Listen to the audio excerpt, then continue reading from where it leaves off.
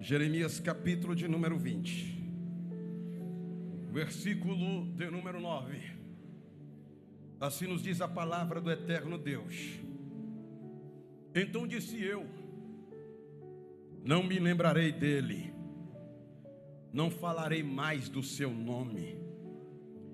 Mas isso foi no meu coração como fogo ardente, encerrado nos meus ossos. Eu estou fatigado de sofrer e não posso mais. Poder sentar, mas antes de sentar, por favor, procura esta pessoa do teu lado aí, da direita ou da esquerda, e diga assim: eu não consigo desistir.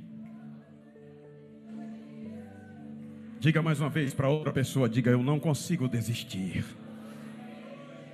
Senta glorificando a Deus.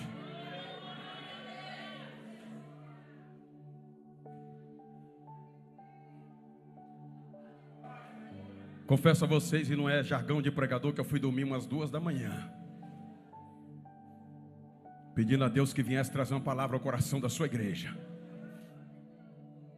E eu venho aqui essa manhã com uma palavra. O profeta Jeremias era um profeta de que ele já estava praticamente destinado, ou aliás, destinado para o santo ministério. De modo que Jeremias não tinha como se furtar do santo ministério. Ele estava cercado de pessoas que estavam envolvidas no ministério. Por isso eu quero dizer-lhes nessa breve introdução de que Jeremias estava destinado ao ministério a princípio, porque o seu pai era sacerdote. Seu pai se chamava Ilquias e era sacerdote. Ele vinha da família de sacerdotes. Ele estava destinado ao ministério porque ele morava na cidade dos sacerdotes, que era a cidade de Anatote. Ele estava destinado ao santo ministério até por conta do significado do seu nome. O nome Jeremias significa dedicado a Deus, enviado de Deus, aquele que lança.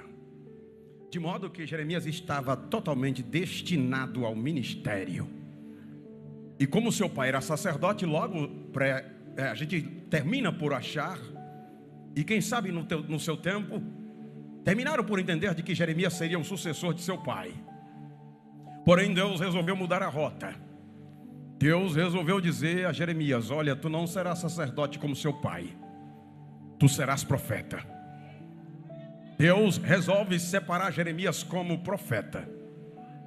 E ele é separado por Deus quando ele tinha cerca de aproximadamente 20 anos de idade. Lá para os idos do ano 640 a.C., o Senhor aparece para Jeremias e termina dizendo que ele seria profeta. No capítulo de número 1 do livro que leva o seu nome, Jeremias começa a dizer para nós como foi a sua chamada. Se você estiver com a Bíblia aberta e quiser nos acompanhar, você verá como Deus fez chamando este homem, o profeta Jeremias. A princípio, no capítulo de número 1, versículo de número 5, o Senhor termina dizendo-lhe que já lhe chamou e já lhe vocacionou para o santo ministério de profeta. Ele disse: olha, eu já te chamei, já te santifiquei e já te dei as nações por profeta. Em segundo lugar, no capítulo de número 1, versículo de número 10 a seguir, o Senhor termina mostrando a Jeremias de que a sua vida seria solitária. Profeta de Deus de fato não tem muitos amigos. Profeta de Deus de fato vive uma vida solitária. Deus terminou dizendo: eu vou te levantar para ir contra os reis, sacerdotes. Eu estou te levantando para ir contra o povo de Judá. Eu estou te levantando para você falar contra os príncipes. Eu estou te levantando para você falar contra toda a terra. Daí você percebe de que ele não teria muitos amigos. Para ficar melhor, para ser mais preciso, Jeremias não tinha nenhuma pessoa íntima para poder confabular, para poder conversar, para poder dizer algumas coisas, porque Deus até privou o coitado do profeta de casar-se. Capítulo de número 16, Deus disse: está proibido casar. Tu não vai casar com ninguém, Jeremias. Tu vai viver sozinho. É só eu e tu e eu. Assim começa o profeta a entender a sua chamada. Depois Deus termina dizendo: Jeremias, nessa chamada tua não vai ter palavra de coach, não vai ter mensagem massageadora de ego. Nas mensagens que você enviar, Jeremias, não adianta mudar a rota, não adianta mudar o sermão. Toda vez que tu for pregar, tua mensagem vai ser, sabe qual? Capítulo 1, versículo 10. A tua mensagem vai ser de arrancar, a tua mensagem vai ser de derrubar, a tua mensagem vai ser de destruir. E depois que tu pregar todas essas palavras duras, aí tu vai trazer uma mensagem para plantar e para edificar. O Senhor então começa a dizer a Jeremias como seria a sua chamada. Capítulo de número 1, versículo de número 19. O Senhor já deixa claro também de que o profeta Jeremias enfrentaria tribulação, perseguição, por causa da palavra, por causa da mensagem. O Senhor disse a ele no capítulo de número 1, versículo de número 19, Jeremias: vão se levantar contra ti, vão pelejar contra ti. Agora, cinge os teus lombos, ponha-se de pé, não tenha vergonha de entregar a mensagem, entrega a palavra. E se tu ficares com vergonha de entregar a palavra, eu vou te envergonhar na frente deles. Entrega a palavra. Então Deus termina dizendo ao profeta que a miúdes ele enfrentaria dificuldades. O profeta então recebe de Deus o chamado. Ele começa a trazer a mensagem. E esse homem de Deus, ele exerce o seu ministério profético durante 40 anos. Nesse período de 40 anos, não foi fácil para o profeta. Ele enfrentou muitas dificuldades. De maneira bem simples, de maneira sintética, para não tomar muito tempo, só para os irmãos entenderem. Esse profeta, por exemplo, ele foi preso 3 vezes. Capítulo de número 20. Ele foi preso num cepo. Colocaram ele lá neste lugar. E ele ficou a noite toda, um cidadão por nome Pazur. E ele ficou a noite toda, e era um tronco, e que ele tinha que ficar mais ou menos nesta condição, com pés e mãos amarrados. Ele ficou desta forma, a coluna doendo, o corpo todo dolorido. E quando foi pela manhã que o Pazur solta, ele estava tão revoltado que ele amaldiçoa o Pazur. Depois ainda, ele foi jogado num calabouço. Outra vez, um cidadão por nome Jonatas o pega e o coloca numa prisão que era como se fosse uma masmorra, e o deixa preso. E ele fica lá nesse lugar fétido, frio. Essa prisão era tão horrenda que ele clama ao rei Zedequias dizendo: por favor, rei, me tire da prisão de Jonatas, não me deixe lá naquela prisão. Tudo isso por causa da palavra. Então o rei Zedequias o tira da prisão e o leva para a porta do átrio. Ele fica preso no átrio do palácio, se alimentando à base de pão e água. Ele ficou assim por muito tempo. Esse profeta, ele sofreu o sofrimento do descrédito. Ele termina dizendo que as palavras que ele dizia, ninguém levava a sério. Ainda mediante essa situação, ele sofreu ameaças de morte. Sabe quantas vezes? 4 vezes. A situação de Jeremias não era fácil. Até que a gente chega aqui no capítulo de número 20. Que hora acabamos de ler? Eu queria que vocês mantivessem a Bíblia aberta no capítulo de número 20. Aqui ele sofre esta situação deplorável, quando ele é preso por Pazur. A princípio Pazur o fere. Depois que fere o profeta, prende ele no cepo e deixa ele lá. Quando solta Jeremias do cepo, como eu já vos disse, ele então lança a palavra de maldição para Pazur. Mas depois você me acompanha aqui no texto sagrado de Jeremias, capítulo de número 20. E você vai ver o profeta se lamentando diante de tão grande sofrimento que ele estava passando. Apesar de Deus haver lhe dito antes, previamente: tu vai sofrer.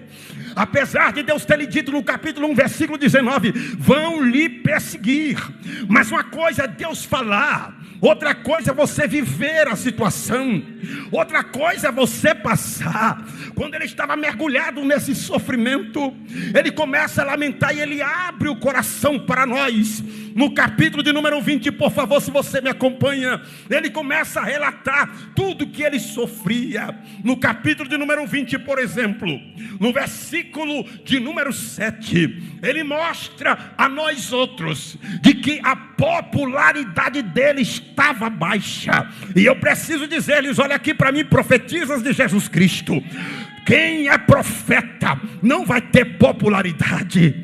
Quem é profeta não vai receber muitos convites para ir para festas. Quem é profeta, infelizmente, termina sendo um desprezo, termina recebendo desprezo de muitas pessoas, termina sendo para muita gente um desmancha prazer. Já vem aquela irmã desmancha prazer, já vem ela vai começar a exortar a gente. Não chama ela não chama aquele irmão não, porque se ele vir para cá, ele vai falar muita coisa e a gente vai ficar sem poder ficar à vontade, porque o irmão fulano, ele é muito radical. Profeta e profetiza de Deus não tem muita popularidade. Jeremias começa a dizer no versículo de número 20, capítulo 20 aliás, versículo de número 7, que a popularidade dele estava baixa. Ele termina dizendo no versículo 7 que o povo olhava para ele e o via como sinônimo de escárnio e de zombaria. No capítulo de número 20, versículo de número 8, ele termina dizendo: Senhor, quando eu vou falar a tua palavra, ninguém me dá ouvidos. Eu tenho que gritar alto para que alguém me ouça. Eu tenho que bradar para que alguém dê ouvidos às palavras que eu falo. E ainda quando eu falo as tuas palavras, quando eu solto a palavra, as tuas palavras são para eles como zombaria, como sinônimo de deboche. Ele continua ainda abrindo o coração para nós no capítulo de número 20 e no versículo de número 10. Capítulo de número 20, versículo 10, ele diz que foi traído pelos seus amigos íntimos. Vou me dirigir mais uma vez a vocês aqui, profeta e profetisa de Deus, pode se preparar que você vai ter poucos amigos. Não vão ser muitas pessoas que vão estar do seu lado. E eu vou bradar mais ainda, eu vou dizer mais: todos nós temos amigos chegados, todos nós temos amigos casuais, todos nós temos companheiros, mas poucos amigos íntimos. Todos nós só teremos poucas pessoas com as quais você poderá contar para pedir ajuda ou pedir socorro. Ele continua abrindo o coração ainda para nós aqui nesta manhã, e no capítulo de número 20, do versículo de número 14 até o versículo de número 18, Jeremias estava mergulhado num sofrimento tão terrível que ele termina amaldiçoando o dia que ele nasceu. A coisa estava tão séria, o profeta estava sofrendo tanto, que ele termina dizendo: maldito o dia que eu nasci, maldito o dia que minha mãe deu à luz a um homem e colocou o nome de Jeremias. Ah, quem dera que minha mãe logo tivesse tido um aborto de mim, quem dera que eu não tivesse vindo a este mundo. E ele começa a amaldiçoar o dia que ele nasceu. Jeremias está mergulhado numa crise tão tamanha que ele chega a dizer que Deus o persuadiu. Ele chega a dizer para Deus: o Senhor me forçou a estar aqui, o Senhor me persuadiu. Eu disse ao Senhor que eu não queria ser profeta, porque eu era uma criança, mas o Senhor me pressionou. É isso que ele diz no capítulo de número 20: o Senhor me persuadiu e eu fiquei persuadido. No capítulo de número 15, no versículo de número 17, sabe o que é que ele diz? Eu quando ouvi as tuas palavras, eu as comi, e eu achei ela gozo e paz para o meu coração. Mas ele pergunta a Deus: por que o Senhor vê a minha dor e não vem me curar? Por que o Senhor vê a minha ferida aberta e não vem me sarar? Serias tu para mim como rios ilusórios? Em outras palavras, Jeremias estava dizendo: parece que o Senhor foi para mim uma propaganda enganosa. O Senhor foi para mim como aqueles rios temporãos que hoje está cheio e amanhã, depois que passa o tempo da chuva, seca. O Senhor parece que me enganou e me iludiu. Era desse jeito que o profeta estava em face de tanto sofrimento. E sabe qual foi a conclusão dele? A conclusão está no capítulo 20, versículo de número 9. Quando ele se vê mergulhado em todo aquele sofrimento, quando ele se vê mergulhado em toda aquela crise, ele termina tendo a conclusão. E ele conclui dizendo 3 coisas que estão aí nesse versículo 20, nesse capítulo 20 e no versículo 9. Quem está comigo aqui, diga amém, por favor. Então lá vai a primeira conclusão que o profeta Jeremias teve. Capítulo 20, versículo 9. Disse ele, mergulhado no sofrimento, mergulhado na tristeza, dizendo que não valia a pena continuar vivendo, dizendo que não valia a pena continuar sendo profeta. A primeira conclusão que ele teve foi essa: eu não vou mais me lembrar de Deus. A segunda conclusão foi essa, disse ele: eu não vou mais falar de Deus. A terceira conclusão que Jeremias teve foi esta, disse ele: eu estou cansado, cheguei no meu limite. E disse ele no capítulo 20, versículo 9: eu não posso mais. Deus me trouxe aqui para descortinar a sua alma, porque todos nós que mergulhamos na obra e no ministério, vai chegar algum momento na nossa vida que eu e você vai pensar em parar. Nós não somos super-homens. E principalmente vocês, quanto mais vocês mergulham, vai chegar momento em um divisor de águas que você vai terminar dizendo: eu cheguei no meu limite e eu não posso mais. Igual Jeremias, ele disse para Deus: eu não posso mais, chega, acabou, não consigo mais. E ele não foi o único. Eu vejo Números capítulo 15, Moisés, em face de tanto sofrimento, Moisés disse para Deus: Senhor, basta, já chega, pode tirar a minha vida, eu não aguento mais tanta perseguição. Eu vejo o profeta Elias, 1 Reis capítulo 19, Elias dizendo: Senhor, chega, basta, eu não aguento mais. E eu vim aqui essa manhã, e Deus tocou meu coração à noite para dizer que tem gente aqui dizendo: eu estou só esperando chegar o final do ano para procurar o pastor entregar meu cargo. Eu não aguento mais, cheguei no meu limite, é muita pedrada, é muita perseguição. Vou entregar a chave da igreja, eu vou entregar o cargo, vou mudar de ministério, vou mudar de cidade, vou procurar meu esposo e vou dizer: benzinho, esse negócio de igreja não é para nós não, filho. Tô vendo você ficando com os cabelos brancos, meu amor tá careca, meu amor tá barrigudinho, meu amor tá com problema de saúde, eu tô sentindo que você não tá dormindo bem de noite, meu amor. Não tá na hora de entregar a igreja não, benzinho, não tá na hora de entregar esse cargozinho não. Ô meu amor, por favor, entrega. Outro marido dizendo para a esposa: filha, tô vendo você muito histérica, tu tá muito nervosa, não dá para procurar o pastor não, no final do ano, para entregar teu cargo. Eu tô vendo você nervosa. Eu acho que é as irmãs na igreja que tá deixando meu amor nervosa, um monte de cabelo branco. Vai lá procurar o salão, vai passar uma coisinha nesse cabelo que tá ficando branco demais.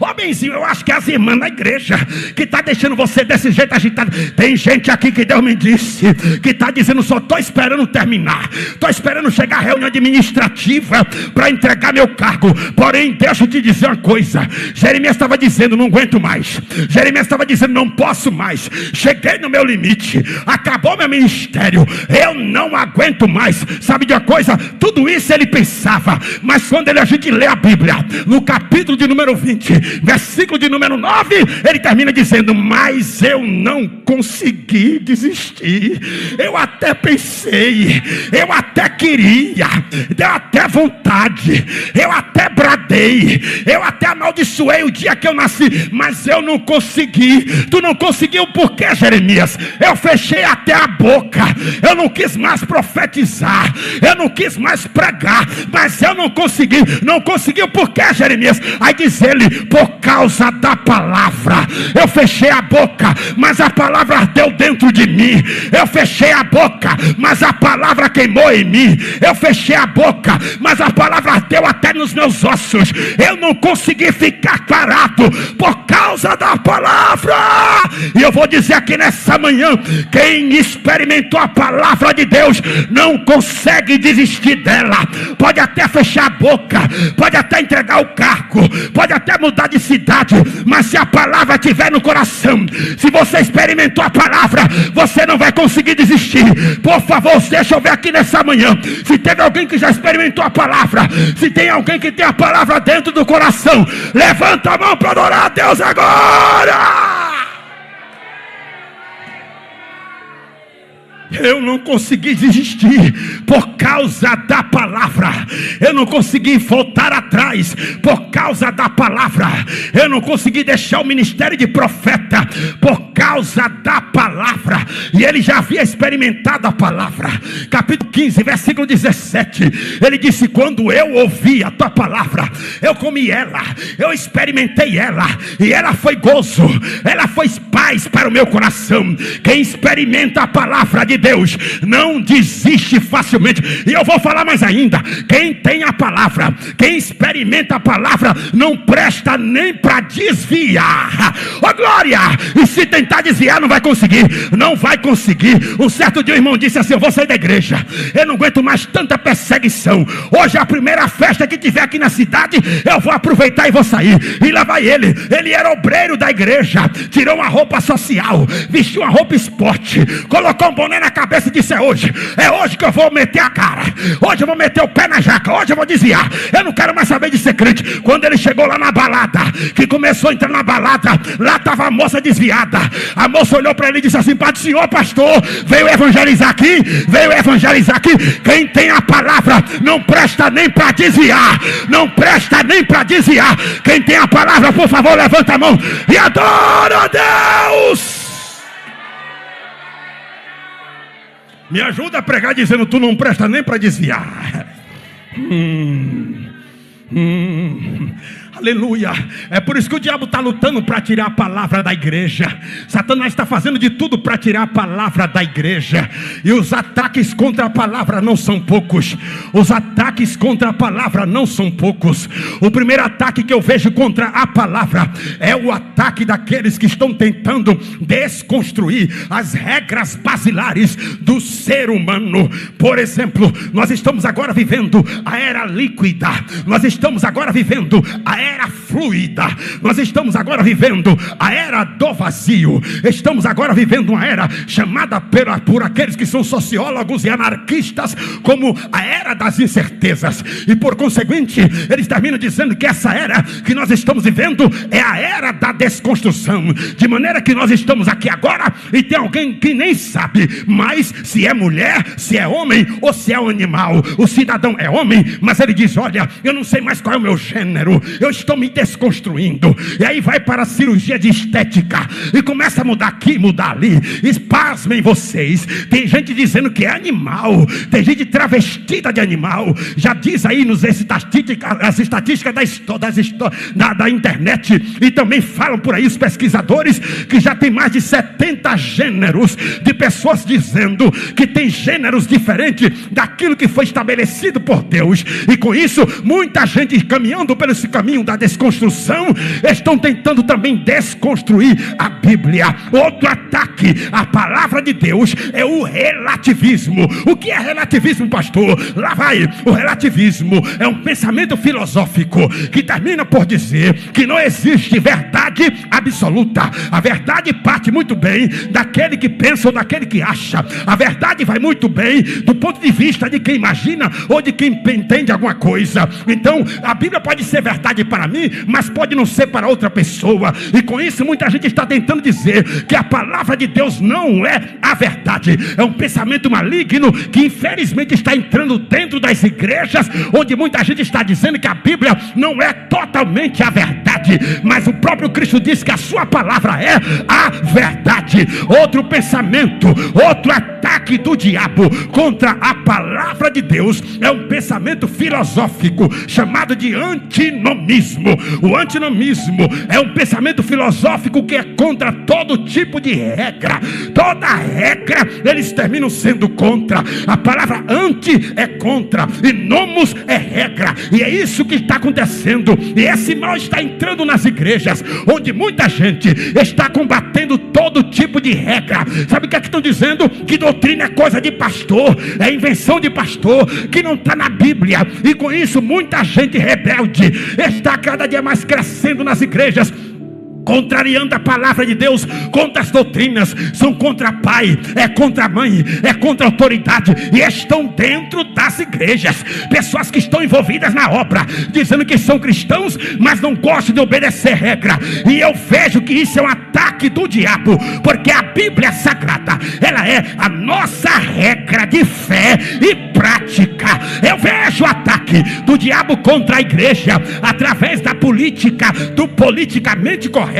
A política do politicamente correto está querendo ditar as regras, está querendo dizer o que é que a gente deve pregar. A política do politicamente correto termina falando muito sobre inclusão social e falam-se muito em respeitar as diferenças. Com isso, eles terminam dizendo que você não pode falar certas coisas que estão exaradas nesse livro sagrado. Se você for pregar, por exemplo, contra adultério, se você for falar contra a homossexualidade, se você for falar contra a prostituição, nessa atual conjuntura, você pode ser passivo de processo. Eu já fui pregar em algumas igrejas que antes de pregar, o pastor me procurou e disse: meu filho, tenha cuidado com o que vai dizer, porque está sendo filmado aqui, tem que ter filtro, tem que saber o que é que vai falar, depois tem até recorte. Tem muita gente com medo. Eu já vi pregador tendo que se retratar, porque a política do politicamente correto também está dentro das igrejas, está envolvida na igreja. Não quer que você fale certas coisas, porque tudo é sinônimo de discriminação, e a depender do que você vai dizer, você é chamado de homofóbico, misógino, racista, machista, e por aí vai. E daí você já está sendo passivo de processo. Essa política do politicamente correto está querendo ir contra a palavra de Deus, mas a Bíblia não tem curva. Eu leio na Bíblia, e aqui diz a palavra de Deus que homem efeminado vai para o inferno. Aqui diz a palavra de Deus que homossexual vai para o inferno. Aqui diz a palavra de Deus que adúltero vai para o inferno. Aqui diz a palavra de Deus que cachaceiro vai para o inferno. Aqui diz a palavra de Deus que feiticeiro vai para o inferno. Pastor, não está com medo? Não estou não. Se você tiver com medo, cai fora. Os covardes do caminho, volte. Mas quem tiver coragem, vem comigo, que eu estou na Bíblia. Eu estou na Bíblia. Eu estou na Bíblia. Eu estou na palavra. Se for preciso pela palavra, eu vou preso. Mas eu não mudo a vírgula, porque a palavra de Deus permanece para sempre. Estão tentando acabar com a palavra, e para piorar, esse ataque está dentro das igrejas, e este é o pior. Qual é, pastor? São os teólogos liberais. Os teólogos liberais estão atacando de maneira voraz a palavra. Sabe o que é que eles estão dizendo? Que a Bíblia tem que ser ressignificada. Sabe o que eles estão dizendo? Que a Bíblia não foi escrita para esse tempo. Sabe o que eles estão dizendo? Que a Bíblia não é atemporal. Sabe o que eles estão dizendo? Que a Bíblia deve ser mudada. É isso que eles estão dizendo. E eu vou bradar, eu vou falar até nomes, porque quando eles vão para a internet, esses televangelistas da internet, esses YouTube da internet, eles não poupam palavras para diminuir a palavra. Um tal de um Ed Renekiewicz, um tal de um Caio Fábio, que vai para sua rede social e diz isso, que a palavra tem que ser modernizada, que a palavra tem que ser ressignificada.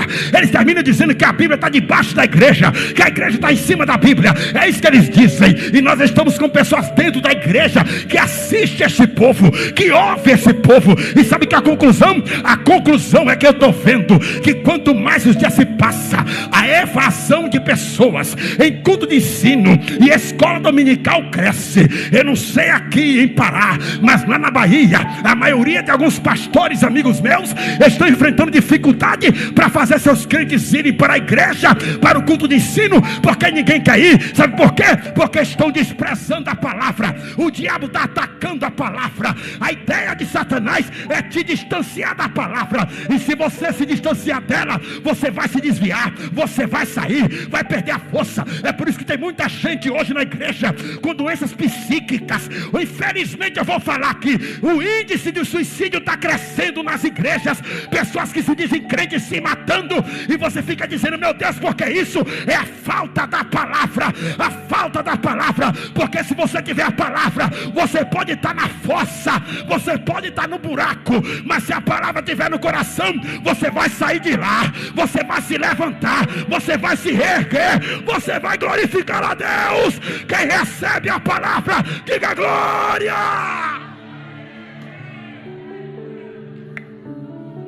Por favor, me ajuda a pregar dizendo para quem está do seu lado: não despreze a palavra, não despreze a palavra, não despreze a palavra. O diabo quer distanciar você da palavra. Irmãos, infelizmente a taxa de analfabetismo teológico tem crescido. Tem crentes que sabem de tudo, mas não sabem nada da palavra. Esses dias tem um pastor pregando numa cidade de onde eu sou oriundo. Eu sou de Itabuna, e um pastor estava pregando em Itabuna, e de repente, quando o pastor pregava, ele mandou os irmãos citarem versículos da Bíblia. E então levanta um, cita um versículo, levanta outro, cita outro versículo, e lá vai irmão citando versículo. De repente, no meio do grupo, um jovem se levanta, e ao que parece ele era novo decidido, mas o fato é que ele causou um espanto quando ele levantou e ele citou: pelos poderes de Grayskull. E todo mundo ficou sem entender nada. Um certo dia eu estava lá em São Paulo, e numa escola de criança, a professora do departamento infantil perguntou para as crianças: e aí, criancinha, quem é o homem mais forte da Bíblia? E o filho de uma irmã disse assim: é Remê, tia, é Remê. É isso que acontece. Filho de crente que não sabe nada de Bíblia. Tem irmão citando frases e versículos e pérolas, dizendo que está na Bíblia, quando na verdade não está nada. Eu ouço irmãos dizendo: Jesus disse, faça por ti que eu te ajudarei. Onde foi que ele disse? Eu nunca vi dizer que Deus falou isso. Eu ouço irmão dizendo: olha, a Bíblia diz que mente vazia é a oficina do diabo. Só se foi na tua, porque na minha não. Eu vejo gente dizendo: a Bíblia diz, não cai na folha da árvore se Deus não deixar. Só se foi na tua, porque na minha não tem dito isso. Eu vejo tanta gente falando coisa que não está na Bíblia. Sabe o que é? É a falta da palavra. Vai procurar ver na EBD para ver se vai para lá. Nunca teve na EBD, não participa da escola dominical, o culto de ensino assiste lá de fora parecendo eutico, já pedindo para terminar e não aguentando mais. Eu vou em algumas igrejas e o máximo que você vê às vezes é o louvorzão e o louvorzão e o louvorzão, e quando vai passar para o pregador é 15 minutos e você ainda tem ainda o desprazer de ouvir o pastor dizer, ou o coordenador: vamos ouvir agora a melhor parte do culto. Como é que é a melhor parte se é só 15 minutos? O povo está desprezando a palavra. Mas eu louvo a Deus que aqui para o Apebas parece que ainda tem uma igreja que ama a palavra, que gosta da palavra, que preza a palavra. Cadê você? Você está aqui? Cadê você? Dá um sinal, dá um sinal, levante a mão para glorificar a Deus. Ele mandar a súria. O diabo quer tirar a palavra. O diabo quer tirar a palavra da igreja. E eu vou dizer por quê. Satanás quer tirar a palavra da igreja. Por favor, vem comigo no teu glória. Vem comigo no teu aleluia, se você pode. Eu já vou terminar. Satanás quer tirar a palavra da igreja. Sabe por quê? Porque a palavra é ela que santifica. Jeremias capítulo, aliás, João capítulo 17, versículo 17. Jesus Cristo disse: santifica-os na verdade. verdade. A tua palavra é a verdade. O diabo quer tirar a palavra da igreja. Sabe por quê? Porque a palavra, ela é o nosso suprimento espiritual. Mateus capítulo 4, versículo de número 4, disse Jesus: nem só de pão da padaria viverá o homem, mas de toda a palavra que sai da boca de Deus. O diabo quer tirar a palavra da igreja. Sabeis por quê? Porque a palavra é promotora de libertação. Evangelho de João capítulo 8, versículo 32, Jesus Cristo disse: e conhecereis a palavra, e a palavra vos libertará.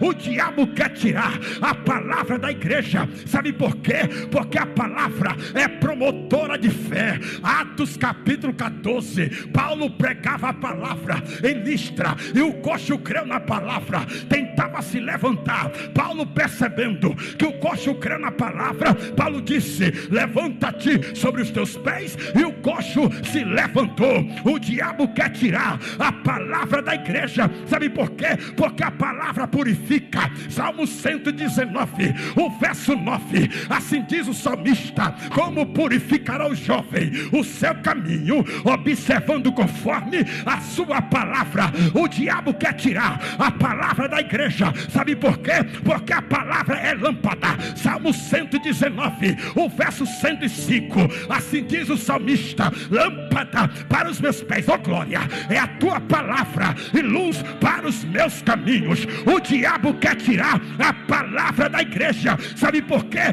Porque a palavra, ela traz paz. No Salmo 119, o verso 165, assim diz o salmista: a tua palavra, ó Senhor, ela dá paz para a minha alma. O diabo quer tirar a palavra da igreja. Sabe por quê?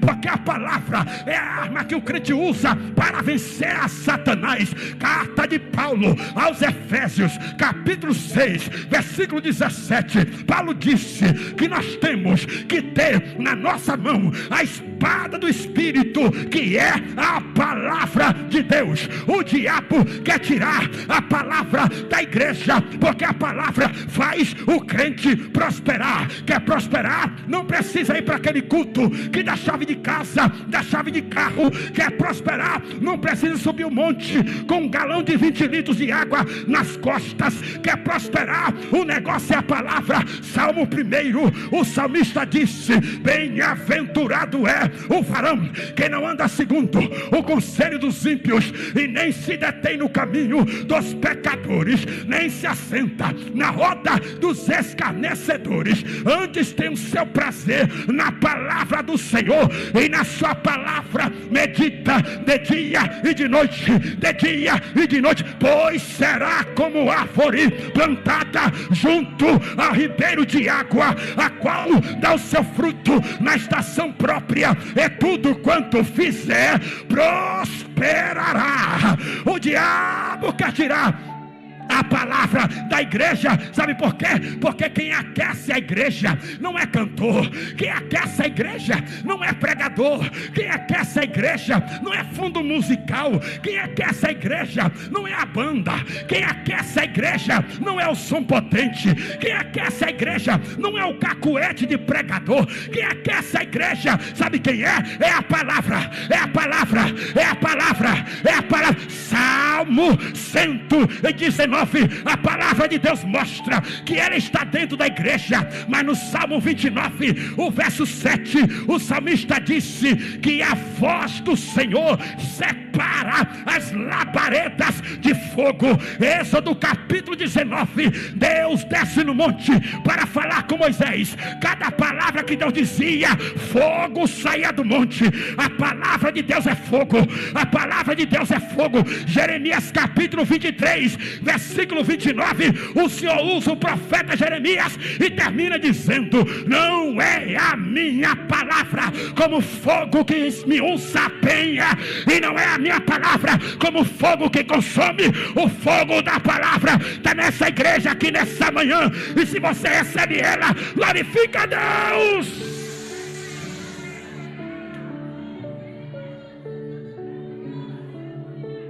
Viva, eu vou falar. Avivamento que estiver fora da palavra não é avivamento.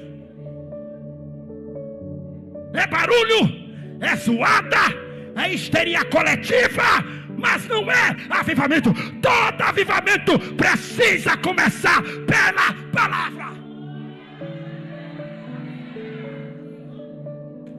No dia de Pentecostes, Pedro recebe o Espírito Santo. Quase cerca de 3.000 almas aceitaram a Cristo. E foi por quê? Foi porque Pedro falava língua estranha? Não, foi por causa da palavra. Movimento sem palavra não é avivamento. O avivamento começa pela palavra.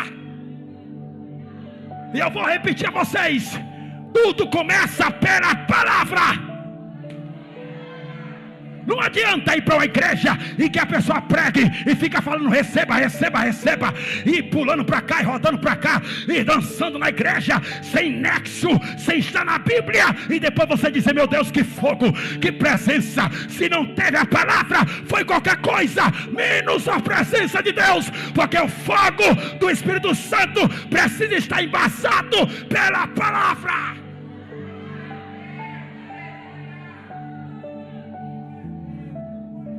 Porque o fogo desceu lá no Monte Carmelo? Foi porque Elias era chamado de profeta de fogo? Foi porque Elias orou? Não. Ah, pastor, o fogo desceu no Monte Carmelo porque Elias consertou o altar? Não. O fogo desceu no Monte Carmelo por causa da palavra. 1 Reis capítulo 18, versículo 39. Elias conserta o altar. Depois que ele conserta o altar, ele sobe lá no Monte Carmelo e ele começa a orar ao Senhor, dizendo, capítulo 18 do primeiro livro dos Reis, versículo 39, ele começa a orar dizendo: ó Senhor Deus de Abraão, de Isaque e de Jacó, manifeste-se hoje que tu és Deus em Israel, e que conforme a tua palavra fiz todas estas coisas. Está sentindo a palavra aquecer teu coração aí? Ou não está sentindo mais nada? Está sentindo a palavra aquecer teu coração? Jeremias disse: eu queria cair fora, mas a palavra ardeu. Eu queria desistir, mas a palavra ardeu. Eu queria não mais fazer a obra, mas a palavra ardeu. Eu queria entregar o cargo, mas a palavra ardeu. Eu ia entregar a credencial de profeta, mas a palavra ardeu. A palavra está ardendo aí? Está ardendo aí? A palavra está ardendo aí? A palavra está aquecendo teu coração aí? Lucas capítulo 23. Já vou terminar. Versículo 32. Jesus morre na cruz. Lá vão 2 discípulos no caminho de Emaús. 2 discípulos dizem: companheiro, acabou o nosso ministério. Ele morreu, Jesus morreu. Eu vou voltar para Emaús. Eu não sei o que é que você vai fazer, mas para mim, meu ministério de discípulo acabou por aqui. Não tem mais jeito não. Eu esperava alguma coisa, mas ele morreu, foi-se embora, agora acabou. De repente, no meio do caminho, ele aparece. E quando ele começa a falar, a coisa muda no culto. E quando ele começa a falar, você percebe que é ele que chegou.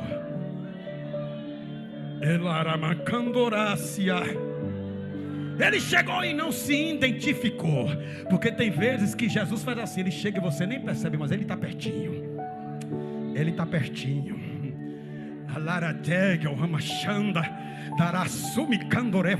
Você não nota, mas ele chega e você sente. Já percebeu que às vezes você dobra o joelho e você sente uma quentura do seu lado, e você fica achando que tem alguém do teu lado, e você fica: meu Deus, quem é que está aqui me observando? Quem é que está percebendo a minha oração? E você abre o olho achando que é alguém. Não é ninguém, não é ninguém, não é ninguém. É ele que chegou. É ele que chegou.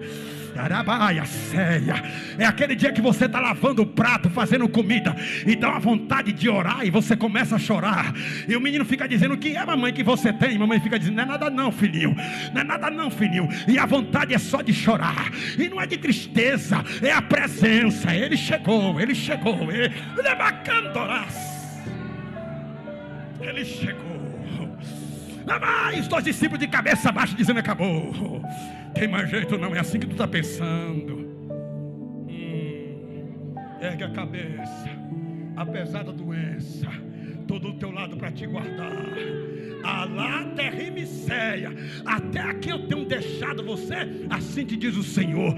Levanta, é aqui a tua mão, receba força hoje para fazer a minha obra. Labindereva sudecai. Ele chegou, lá vai os dois discípulos de cabeça baixa dizendo: acabou. Quando de repente ele começa a falar, lá vai Jesus falando. Eles não descobriram que era Jesus, até que chega na sua casa. Aí Jesus faz: minha vovó que vai embora. Aí eles disseram assim: não vá não, a conversa do senhor está tão boa que eu queria pedir ao senhor para ficar aqui, se hospede em nossa casa, por favor, fica conosco, o sol já está se declinando, não vá embora. Aí Jesus disse: tá bom, eu vou entrar. Coisa boa é quando Jesus entra em tua casa. Aí Jesus disse: eu vou entrar. Jesus entra na casa daqueles dois discípulos. Eles pegam os pães, colocam sobre a mesa, e Jesus vai orar. Jesus apresenta o pão, Jesus ora pelo pão. Quando Jesus parte o pão, eles olharam um para o outro e disseram: eu já vi essa cena. Eu vi alguém que partiu o pão igual ele. No dia da Santa Ceia, Jesus partiu o pão igual esse homem aqui. Quando Jesus parte o pão, que eles começam a desvendar e ver que era Jesus, aí a Bíblia diz que Jesus desaparece. Quando Jesus desapareceu, olharam um para o outro e disseram assim: era ele. Olha, companheiro, eu estava já percebendo que era ele, sabe de onde? Desde a hora que ele se encontrou conosco. Sabe por quê? Porque meu coração ardia quando ele falava. Porventura o nosso coração não ardia quando ele falava? Eu vou te perguntar: o teu coração está ardendo aí nessa manhã mais uma vez? Jesus está aqui. Eu queria, por favor, com a permissão da direção da igreja, te convidar para ficar de pé. Está na hora de erguer a cabeça. Está na hora de continuar. Se você estava pensando em desistir, vem à frente. Se você estava pensando em entregar teu cargo, vem à frente. Se você estava pensando em entregar tua credencial, vem à frente. Pastor, é muita pedrada, é muita perseguição, é muita calúnia, é muita tribulação. Estou cansada, pastor. Eu não vou mentir ao senhor, estou cansada. Eu estou cansado, estou no meu limite, não estou aguentando mais. Jesus me trouxe aqui, eu disse: eu vim com uma palavra.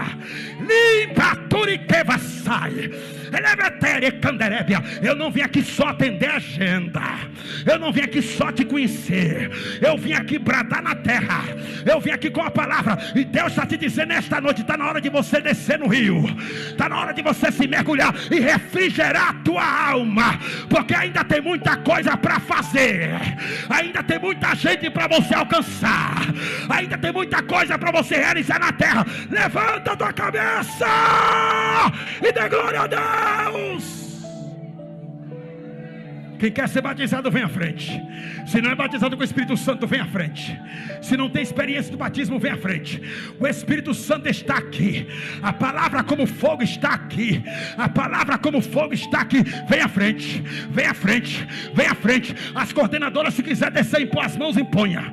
O Espírito Santo está nesse ambiente. E quando o Espírito Santo chega, é para fazer coisas grandes. Quando o Espírito Santo chega, é para operar. Quando o Espírito Santo chega, é para trabalhar. A cantora vai cantar mais um hino. Enquanto ela canta, você vai dizendo glória. Enquanto ela canta, você vai adorando. Se você está enfermo e quer no poder da cura, também venha à frente.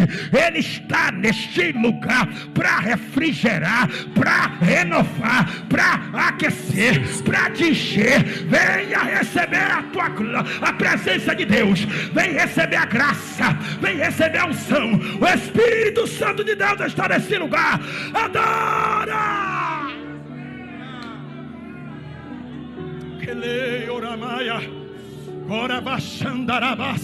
As irmãs, se quiserem, põe as mãos.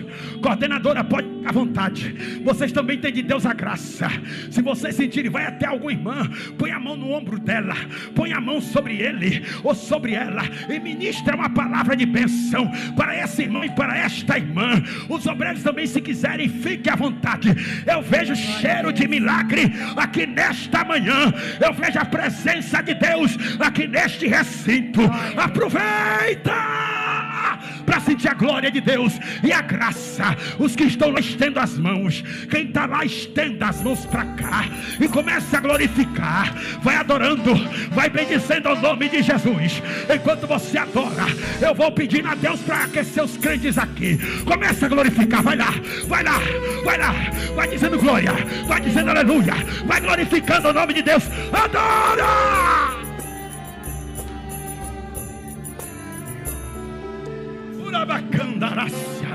Aleluia, aleluia, aleluia, aleluia. Receba a graça, receba unção, receba poder. A palavra aquece, a palavra aquece, a palavra aquece, a palavra aquece. Aleluia.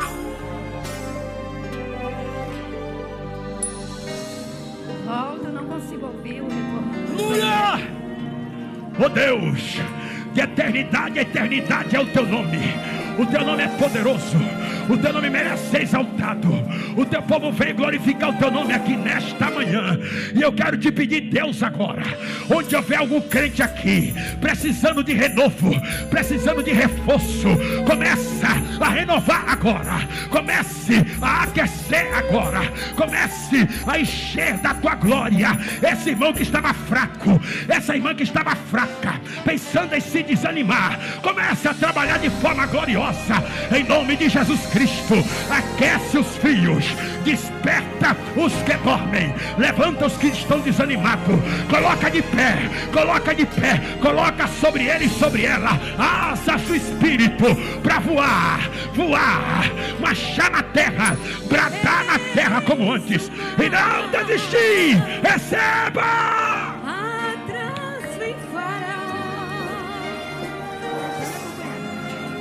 Porque nos trouxe aqui Moisés a este lugar.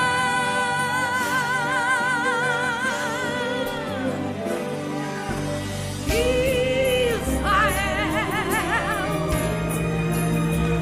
assim lamentou então. Moisés a Deus clamou.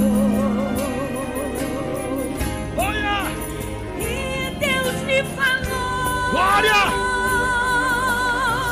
Glória! Uribi, Darabacandaba! Clamas a mim. Uribi, Catarachuta! Toca nessas águas. Remácia! O mar se abriu. Demi da camadura vácia! Leve da candaraçou, remácia! Edei! A minha toca nessas águas. Glória! Receba graça, receba unção, receba poder, receba,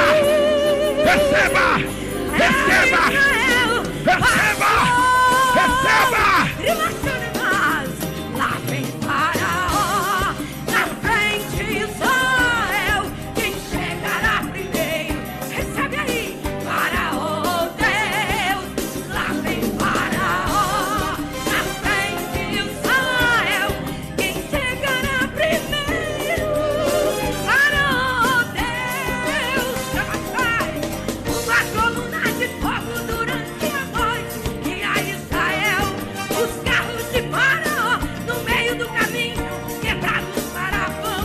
Israel receba graça, receba poder, receba unção, receba a autoridade do céu,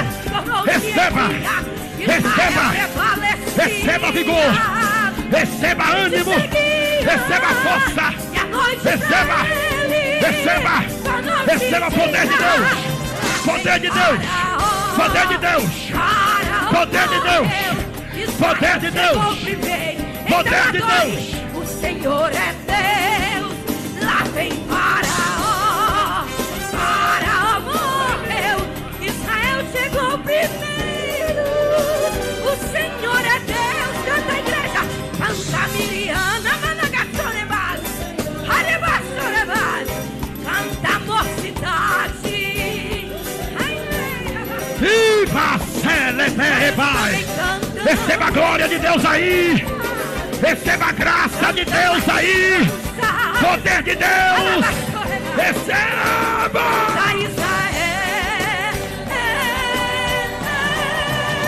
O Senhor é Deus. E vocês podem levantar a mão e dizer que Ele é Deus. Uma coluna de fogo durante a noite guia Israel. E os carros de Faraó no meio do caminho quebrados paravam. Israel prevalecia, na frente seguia.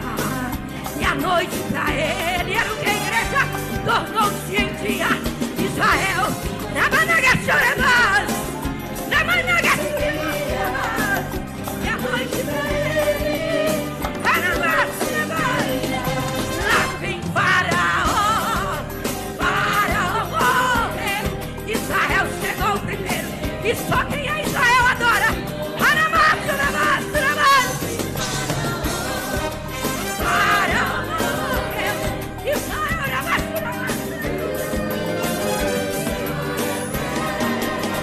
Canta Miriam, vai cantando. O segredo é adorar, é adorar. Canta mocidade. Anamaira, os velhos também cantam. Cantam as crianças. Canta Israel. O Senhor é Deus.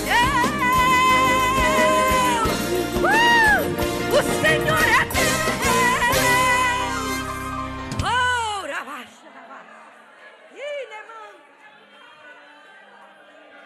O Asiantre, Cofinja Docmícia, Leminda, Radacoma, Asteredio, Prafido, Imanaturia Kelesha, Amano Kemandaria, Lebetere Canderébia, Xulie Lavalassúria, aí te fala Gacereia, assim te diz o Senhor.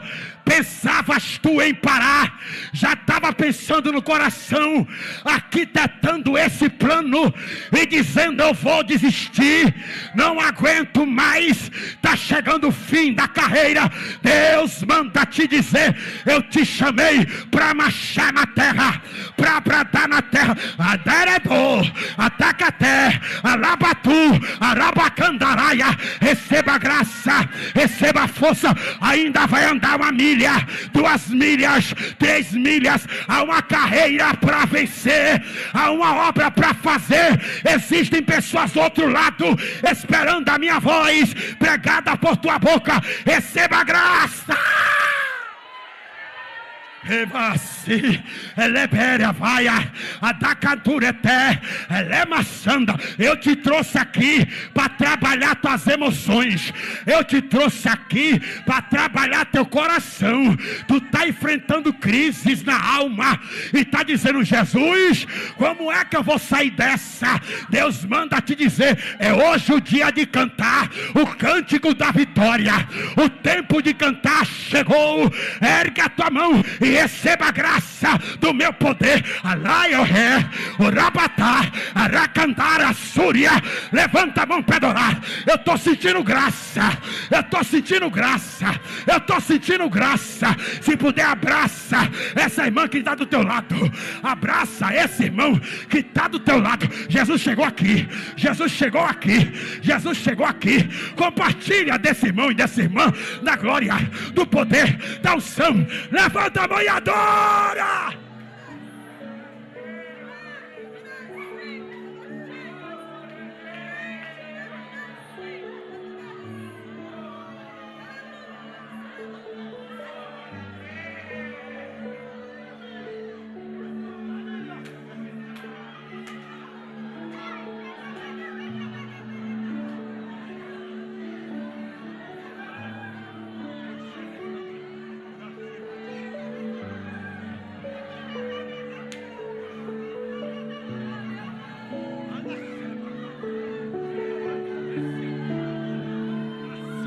Oh glória! Levanta a mão para saudar meu Jesus. Dê glória a ele aí! Adora!